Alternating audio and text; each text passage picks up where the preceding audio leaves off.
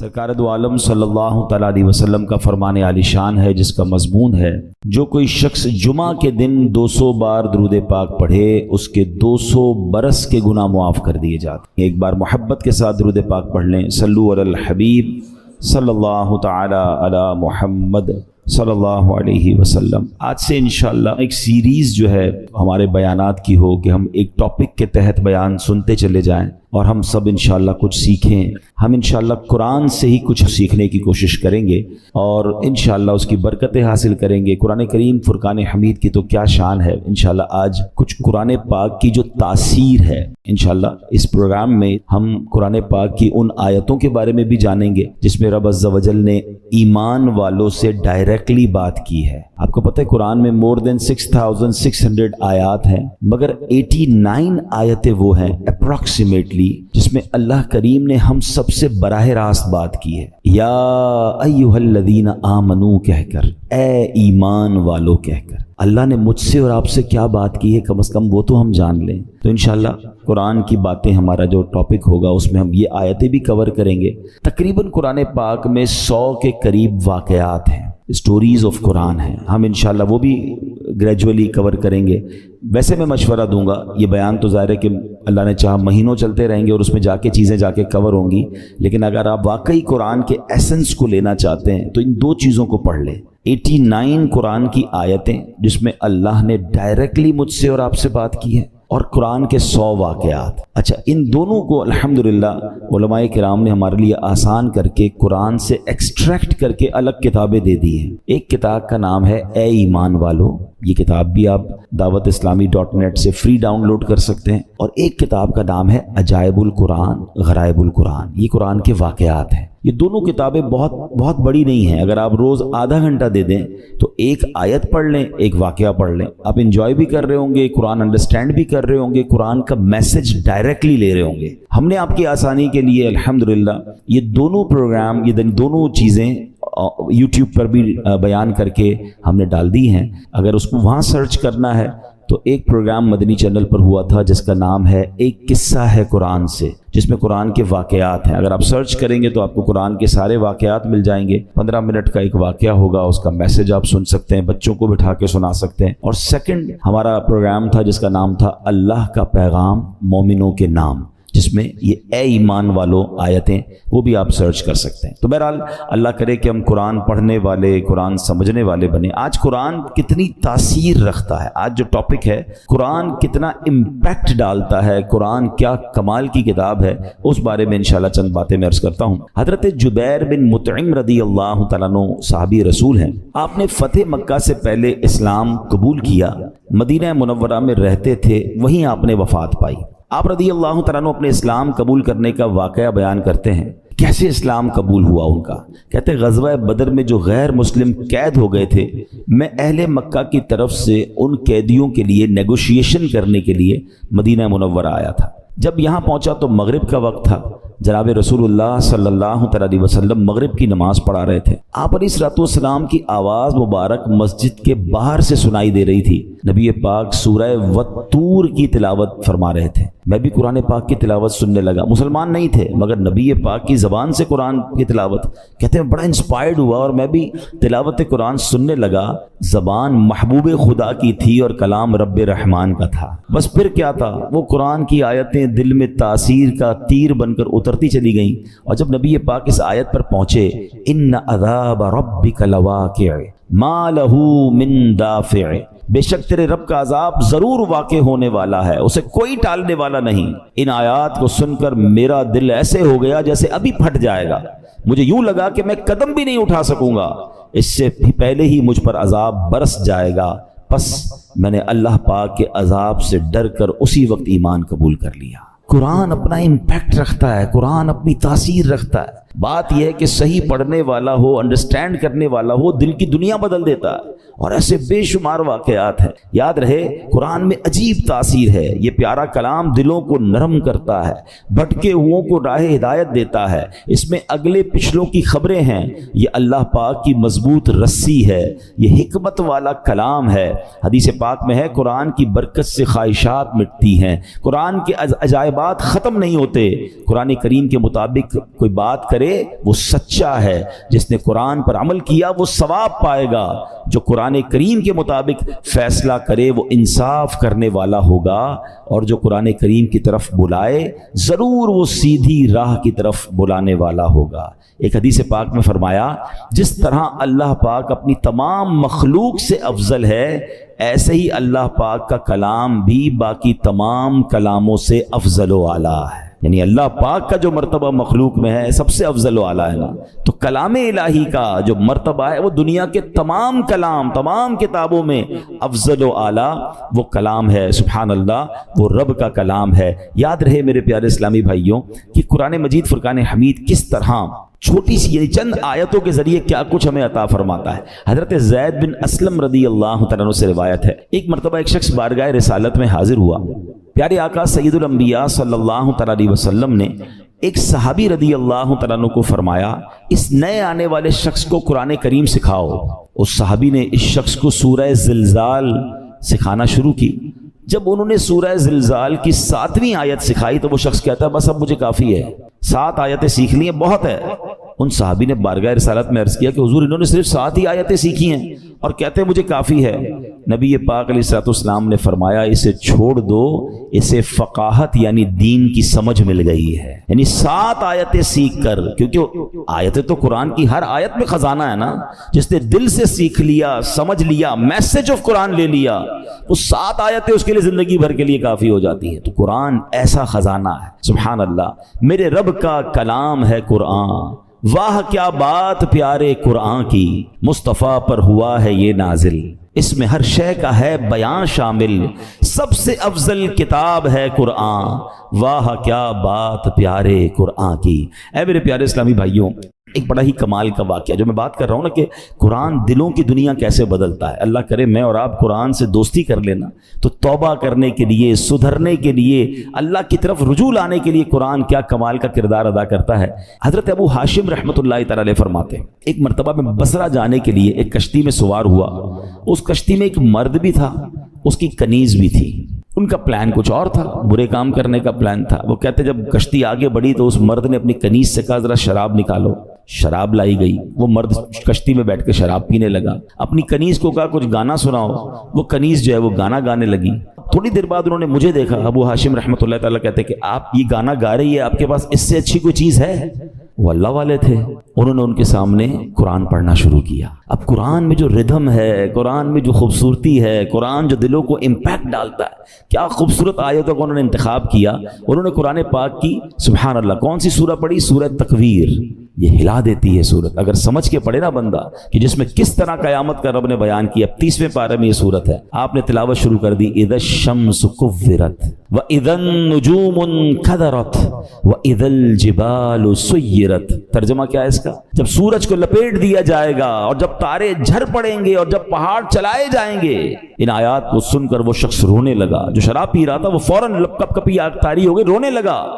حضرت نے جب یہ آیت تلاوت کی وَإِذَا الصُّحُفُ نُشِرَتْ، اور جب نامہ اعمال کھولے جائیں گے تو وہ کہنے لگا اے کنیز میں تجھے اللہ پاک کی رضا کے لیے آزاد کرتا ہوں، اس شراب کو بہا دو۔ پھر اس نے مجھے قریب بلایا اور کہنے لگا میرے بھائی تم کیا کہتے ہو، کیا اللہ پاک میری توبہ قبول فرمائے گا؟ اللہ اکبر، اللہ والے تھے، کیا جواب بھی قرآن سے ہی دیا اور قرآن کی وہ آیت تلاوت کی، ان اللہ یحب التوابین ویحب المتطہرین۔ سبحان اللہ۔ ترجمہ کنز العرفان، بے شک اللہ بہت توبہ کرنے والوں سے محبت فرماتا ہے اور خوب صاف ستھرے رہنے والوں کو پسند فرماتا ہے۔ بس اس شراب پینے والے گانے باجے میں منہمک شخص نے جب یہ سنا کہ رب توبہ کرنے والوں کو قبول فرماتا ہے، محبت فرماتا ہے، چلتی کشتی میں اس بندے نے اللہ سے توبہ کر لی۔ تو اے میرے پیارے اسلامی بھائیوں، قرآن اس طرح دلوں پر اثر ڈالتا ہے۔ یاد رہے قرآن کا ایک نام حکمت بھی ہے،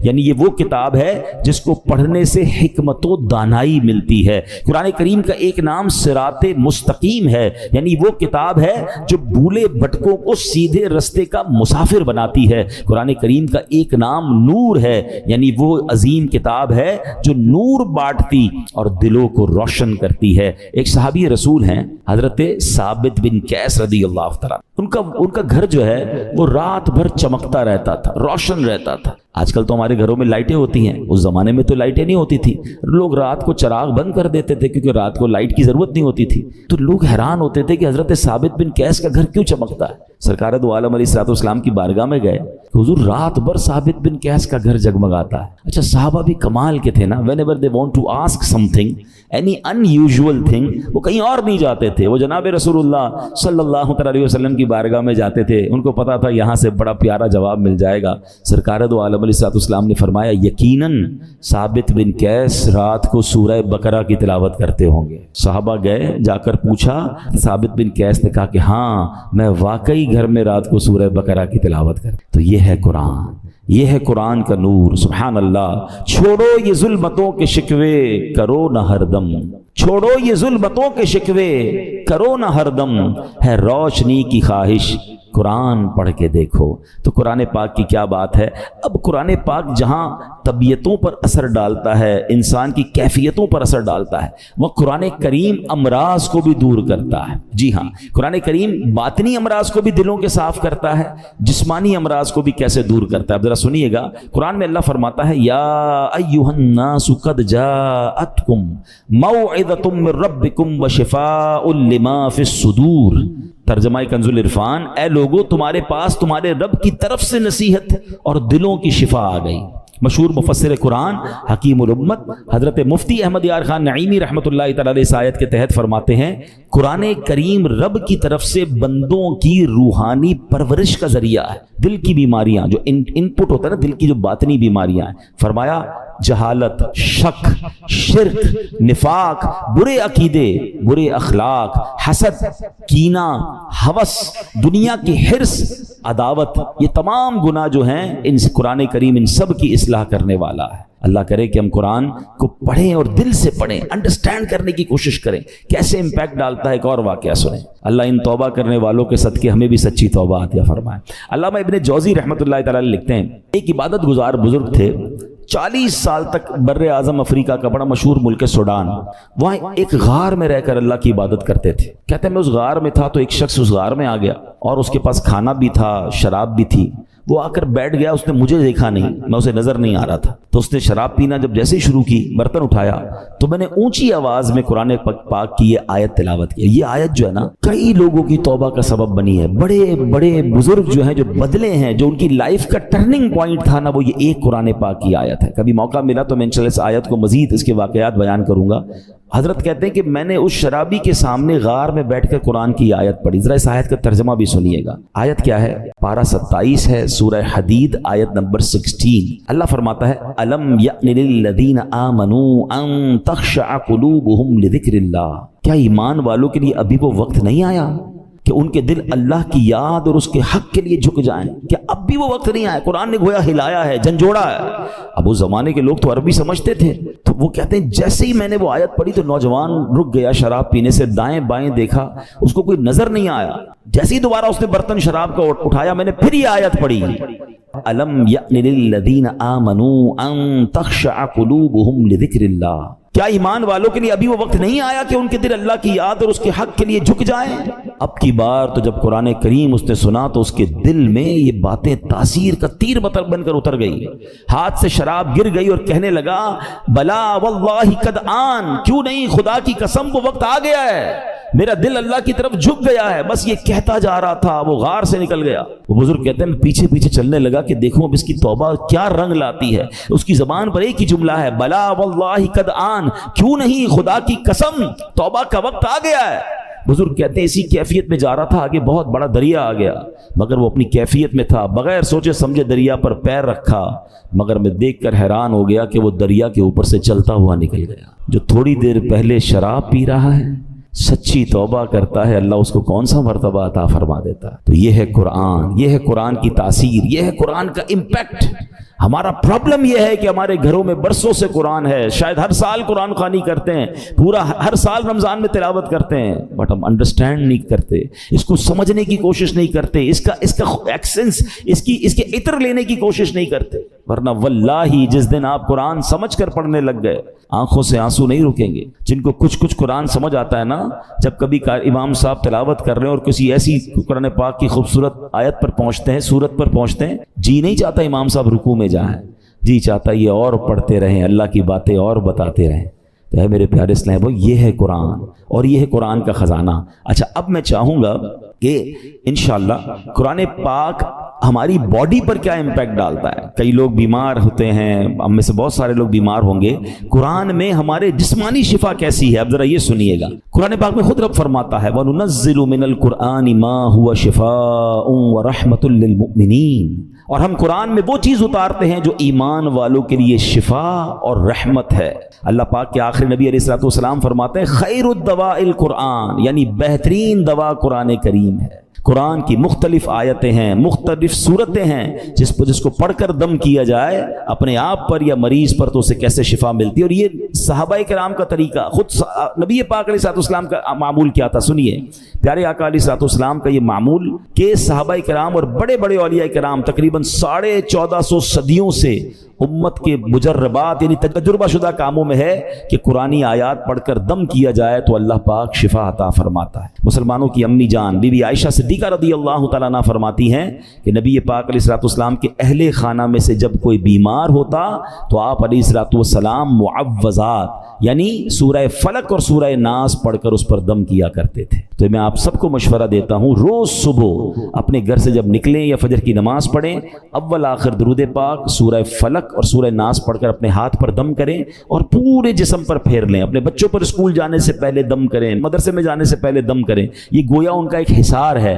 رات کو سوتے وقت یہ عمل کر لیں، یہ خود نبی پاک علیہ الصلوۃ والسلام کا عمل ہے۔ یہ انشاءاللہ بلاؤں سے مصیبتوں سے آپ کی حفاظت بھی کرے گا اور یہ بیماریوں کو بھی دور کرے گا۔ ایک مرتبہ ایک صحابی نے بچھو کاٹنے پر سورہ فاتحہ پڑھ کر دم کیا، اللہ پاک نے اس مریض کو شفا عطا فرما دی۔ ایک صحابی کے قبیلے میں ایک پاگل شخص تھا جس کو لوگ زنجیروں سے باندھ کر رکھتے تھے، صحابی رسول نے 3 دن صبح و شام 3 مرتبہ سورہ فاتحہ پڑھ کر دم کیا، اللہ پاک نے اسے پاگل پن سے شفا عطا فرمائی۔ اللہ کے کلام میں کمال ہے، ہم کاش اللہ کے کلام سے محبت کریں اور اس کی برکتیں لوٹیں۔ ایک بار حضرت عمر فاروق رضی اللہ تعالیٰ عنہ کو کیسر روم کے بادشاہ نے خط لکھا، میرے سر میں درد ہے اور دائمی درد ہے، ٹھیک ہی نہیں ہوتا ہے۔ تو حضرت عمر رضی اللہ تعالیٰ نے اس کو ایک ٹوپی بھیج دی۔ اچھا کمال یہ تھا جب وہ ٹوپی پہنتا درد ختم ہو جاتا، جیسی ٹوپی اتارتا درد پھر شروع ہو جاتا۔ اس بادشاہ نے کہا ہے کیا اس ٹوپی میں؟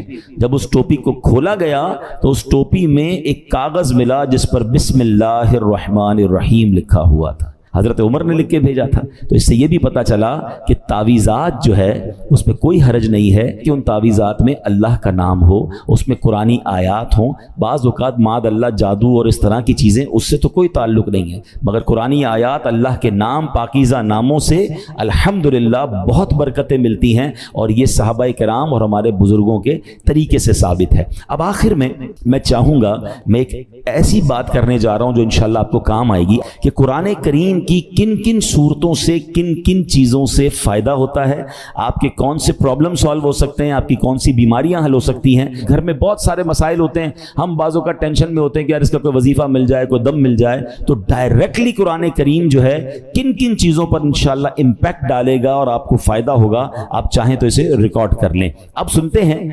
علماء کرام نے احادیث کی روشنی میں اور اپنے تجربے سے قرآنی سورتوں کی الگ الگ تاثیریں بیان کی ہیں۔ اب سنتے جائیے۔ سورہ فاتحہ 100 مرتبہ پڑھ کر جو دعا مانگی جائے وہ دعا قبول ہو جاتی ہے۔ سورہ بقرہ کی تلاوت سے شیطان گھر سے بھاگ جاتا ہے۔ آیت الکرسی پڑھنے سے محتاجی دور ہوتی ہے۔ سورۃ الکہف کو ہمیشہ پڑھنے والا دجال کے فتنوں سے محفوظ رہے گا۔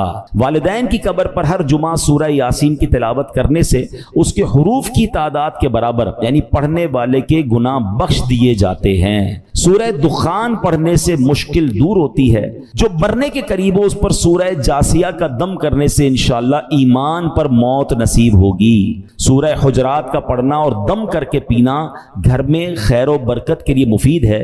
سورہ قاف، کئی لوگ ہوتے ہیں جن کی فصلیں ہوتی ہیں، باغ ہوتے ہیں، تو اس کے بارے میں فرمایا کہ سورہ کاف پڑھنے سے باغ میں پھلوں کی کثرت ہوتی ہے، سورہ رحمان 11 بار پڑھنے سے تمام مقاصد پورے ہوتے ہیں، سورہ واقعہ جو شخص روزانہ پڑھے گا اسے کبھی فاقہ نہ ہوگا، سورۃ الملک کو ہر رات پڑھنے والا عذاب قبر سے محفوظ رہے گا، سورۃ المزمل کو 11 بار پڑھنے سے ہر مشکل آسان ہو جاتی ہے۔ جو بچے حفظ کر رہے ہوتے ہیں ان کے لیے سنیے، سورۃ المدثر کو پڑھ کر حفظ قرآن کی دعا مانگنے سے قرآن کریم کا یاد کرنا آسان ہو جاتا ہے۔ مریض کے پاس سورہ مجادلہ پڑھنے سے درد میں آرام ملے گا۔ سورہ لیل، مرگی کے دورے پڑھتے ہیں کچھ لوگوں کو، تو سورہ لیل پڑھ کر مرگی کے مریض کے کان میں دم کرنے سے فائدہ ہوتا ہے۔ سورہ رحمان لکھ کر پینا پلی یعنی سپلین کے مرض میں مفید ہے۔ سورہ النازعات پڑھنے کی برکت سے جان نکلنے کی تکلیف نہیں ہوتی ہے۔ سورۃ ضحیٰ پڑھنے سے بھاگا ہوا آدمی واپس آ جائے گا۔ سورہ علم نشرح جس مال پر پڑھ کر دم کر دیا جائے اس میں خوب برکت ہوتی ہے۔ سورہ 3 مرتبہ پڑھنے سے اخلاق و کردار بہترین ہوتے ہیں۔ سورۃ العلق میں جوڑوں کے درد کا علاج ہے، بزرگ بیٹھے ہوں گے جوڑوں میں درد ہوتا ہے تو سورہ علق پڑھیں تو انشاءاللہ جوڑوں کے درد کا علاج ہے۔ جو کوئی صبح و شام سورہ قدر انا انزلناہ فی لیلۃ القدر پڑھے اللہ کریم اس کی عزت بڑھا دے گا۔ برس اور یرقان یہ بھی بڑے مرض ہیں، فرمایا سورہ بینہ برس اور یرقان کا اس میں علاج ہے۔ جس آدمی یا جانور کو نظر لگی ہو اس پر سورہ عادیات کا دم کر دیں، یہ بڑا مفید ہے۔ سورہ قارعہ پڑھنے سے بلاؤں سے حفاظت رہتی ہے۔ جس پر قرض ہو غور سے سن لے، سورہ تکاثر 300 بار پڑھ لے تو انشاءاللہ بہت جلد قرض ادا ہو جائے گا۔ سورہ عصر پڑھنے سے غم دور ہوتا ہے۔ فرمایا کوئی دشمن کا خوف ہو سورہ قریش پڑھے تو اس سے انشاءاللہ جان کی حفاظت ہوتی ہے۔ اور سبحان اللہ سورہ فلق اور سورہ ناس سے جن، حاسدین اور شیطان سے حفاظت رہتی ہے۔ قل هو اللہ احد سورہ اخلاص یہ تہائی قرآن کے برابر ہے، کوئی 3 بار سورہ اخلاص پڑھ لے اسے پورے قرآن پڑھنے کا ثواب ملتا ہے۔ تو یہ ہے میرے رب کا کلام، قرآن سے محبت کیجئے، قرآن سے علاج کیجئے، قرآن سے دوستی کیجئے، قرآن سے دلوں کی کیفیت کو بدلیے۔ قرآن کی تلاوت کے ساتھ ساتھ ترجمہ قرآن اور تفسیر قرآن، بہت خوبصورت تفسیر قرآن آپ کو ریکمنڈ کر دیتا ہوں۔ اس تفسیر قرآن کا نام ہے صراط الجنان، یہ بہت آسان اردو میں موجود ہے، اس کو بھی چاہیں تو dawatIslami.net سے ڈاؤن لوڈ کر لیں یا مکتبۃ المدینہ سے پرچیز کر لیں، انشاءاللہ اس کی برکتیں ملیں گی۔ اللہ پاک ہمیں نیکیاں کمانے کا جذبہ نصیب فرمائے۔ نبی پاک علیہ الصلوۃ والسلام نے ارشاد فرمایا، کیا تم میں سے کوئی اس سے عاجز ہے کہ وہ رات میں قرآن مجید کا تہائی حصہ پڑھ لے؟ صحابہ کرام علیہ رضوان کو یہ بات مشکل معلوم ہوئی، انہوں نے عرض کی یا رسول اللہ صلی اللہ تعالی علیہ وسلم ہم میں سے کون اس کی طاقت رکھتا ہے؟ آپ علیہ الصلوۃ والسلام نے ارشاد فرمایا سورہ اخلاص تہائی قرآن کے برابر ہے۔ ایک دفعہ پڑھو تہائی قرآن، 1/3 آف قرآن کے برابر۔ اٹ مینز اگر آپ 3 بار سورہ اخلاص پڑھ لیں اتنی اللہ کی رحمت ہے کہ پورے قرآن کا ثواب مل جائے گا۔ درود پاک پڑھنے کے بے شمار فضائل و برکات ہیں، اور درود پاک کے فضائل میں واقعات بھی بڑے کمال کے ملتے ہیں۔ درود پاک کے اوپر ایک بڑی مشہور و معروف ورلڈ فیمس بک ہے دلائل الخیرات شریف، اور یہ بڑی مبارک کتاب ہے، جنہوں نے لکھی وہ بھی بڑی مبارک ہستی ہیں، حضرت سلیمان جزولی رحمۃ اللہ تعالی علیہ۔ اور اس کتاب کے جو بلیسنگز ہیں، اس کی جو برکتیں ہیں، پڑھنے والوں کو جو ملا اور ملتا جا رہا ہے اس کا کمال ہی اور ہے۔ ایک بڑا ایمان افروز واقعہ ہے، اور یہ امیر اہل سنت کو جو دعوت اسلامی کے فاؤنڈر ہیں مولانا الیاس قادری صاحب، ان کو کسی نے سنایا تھا۔ کتیانہ جوناگڑھ اسٹیٹ، یہ انڈیا کے جس وقت پاک و ہند ساتھ تھا اس زمانے کا یہ واقعہ ہے کہ اس میں ایک بڑا زبردست عاشق رسول رہتا تھا، اور وہ درود پاک بہت پڑھتا تھا، اس کو پوری دلائل الخیرات شریف زبانی یاد تھی، اور وہ کیا کرتا تھا، وہ سنگ تراش تھا، وہ پتھروں کو تراشتا تھا، سٹون کا کام تھا، تو ایک پتھر تراشتا تھا تو دلائل الخیرات شریف کا ایک باب پورا پڑھ لیا کرتا تھا، اتنا اس کا دلائل الخیرات شریف کا ورد تھا۔ اس عاشق رسول کی قسمت جاگ اٹھی، ایک بار وہ رات کو سویا تو خواب میں نبی پاک علیہ الصلوۃ والسلام کی زیارت نصیب ہوئی، اور پیارے آقا علیہ الصلوۃ والسلام نے گنبد خضرا کے ساتھ جو مینار تھا، اس مینار کا ایک پتھر جو تھا، ایک کنگرا جو تھا وہ شکستہ تھا، ٹوٹا ہوا تھا، تو نبی پاک علیہ الصلوۃ والسلام نے فرمایا دیوانے یہ دیکھو، ہمارے نور بار مینار کا جو سٹون ہے، جو کنگرا ہے وہ شکستہ ہو گیا ہے، ہمارے مدینے آؤ اور آ کر اس کو بنا دو۔ اب یہ آنکھ تو کھل گئی، یہ حیران ہو گیا کہ میں انڈیا کے گاؤں میں رہنے والا مدینہ کہاں، نہ پیسے نہ پاسپورٹ نہ کوئی رقم، اور مجھے مدینے بلایا جا رہا ہے۔ لیکن عشق نے ڈھارس بندھائی کہ جب بلایا آقا نے خود ہی انتظام ہو گئے۔ اس زمانے میں پانی کے جہاز جایا کرتے تھے، شپ جایا کرتے تھے، تو وہ شخص جو ہے وہ اپنا سامان اٹھایا اور پور بندر کی بندرگاہ تھی جہاں سے جہاز جاتے تھے، تو وہ بندرگاہ پہنچ گیا۔ اب وہاں یہ ہوا کہ سارے جو حاجی یا سفر پر جانے والے تھے وہ سب جہاز میں بیٹھ گئے، اور جہاز آپ پتہ ہوگا بڑا جہاز جو تھوڑا سا آگے چلا جاتا ہے، چھوٹی کشتی سے بعض اوقات ادھر شفٹ کیا جاتا ہے، تو جہاز اسٹارٹ ہی نہیں ہو رہا تھا، اسٹارٹ کرتے اسٹارٹ نہ ہوتا، اسٹارٹ کرتے اسٹارٹ نہ ہوتا، تو جہاز میں سے کسی نے دیکھا کہ ایک حاجی جو ہے یا یہ ایک مدینے جانے والا لگتا ہے رہ گیا ہے۔ کسی نے کہا بھائی بندرگاہ پہ ایک بندہ کھڑا ہے وہ رہ گیا ہے۔ اب جہاز کے لنگر تو اٹھا دیے گئے تھے، چھوٹی کشتی بھیجی گئی، اس دیوانے کو اٹھا کر جہاز پہ لایا گیا۔ جیسے ہی اس کے قدم میں جہاز پر لگ گئے، جہاز اسٹارٹ ہو گیا، بغیر پاسپورٹ کے، بغیر کسی سسٹم کے۔ یہ پرانی باتیں، اس زمانے میں اتنی امیگریشنز اور اتنے مسائل بھی نہیں تھے۔ بہرحال وہ دیوانہ مدینے پہنچا۔ جب وہ مدینے پہنچا تو بتایا جاتا ہے کہ جب مسجد نبوی شریف پہنچا تو وہاں کچھ لوگ اس کا انتظار کر رہے تھے، اور جب اس کو دیکھا تو کہا یہ وہی ہے جس کی خواب میں ہمیں زیارت کرائی گئی تھی۔ وہاں کے خادمین کو بھی یہ بتا دیا گیا تھا کہ ایک عاشق رسول آ رہا ہے، اور یہ گنبد خضرا کے ساتھ جو مینار ہے اس پہ پتھر اسی نے بدلنا ہے۔ وہ آیا، اور جب اس کو یہ موقع دیا گیا اور جا کر اس نے اپنا کام کیا، تھوڑی دیر بعد ہوا یہ کہ پتھر تو اس نے وہاں پر کریکٹ کر دیا، مگر واپس آنے سے اس کی روح نے انکار کر دیا۔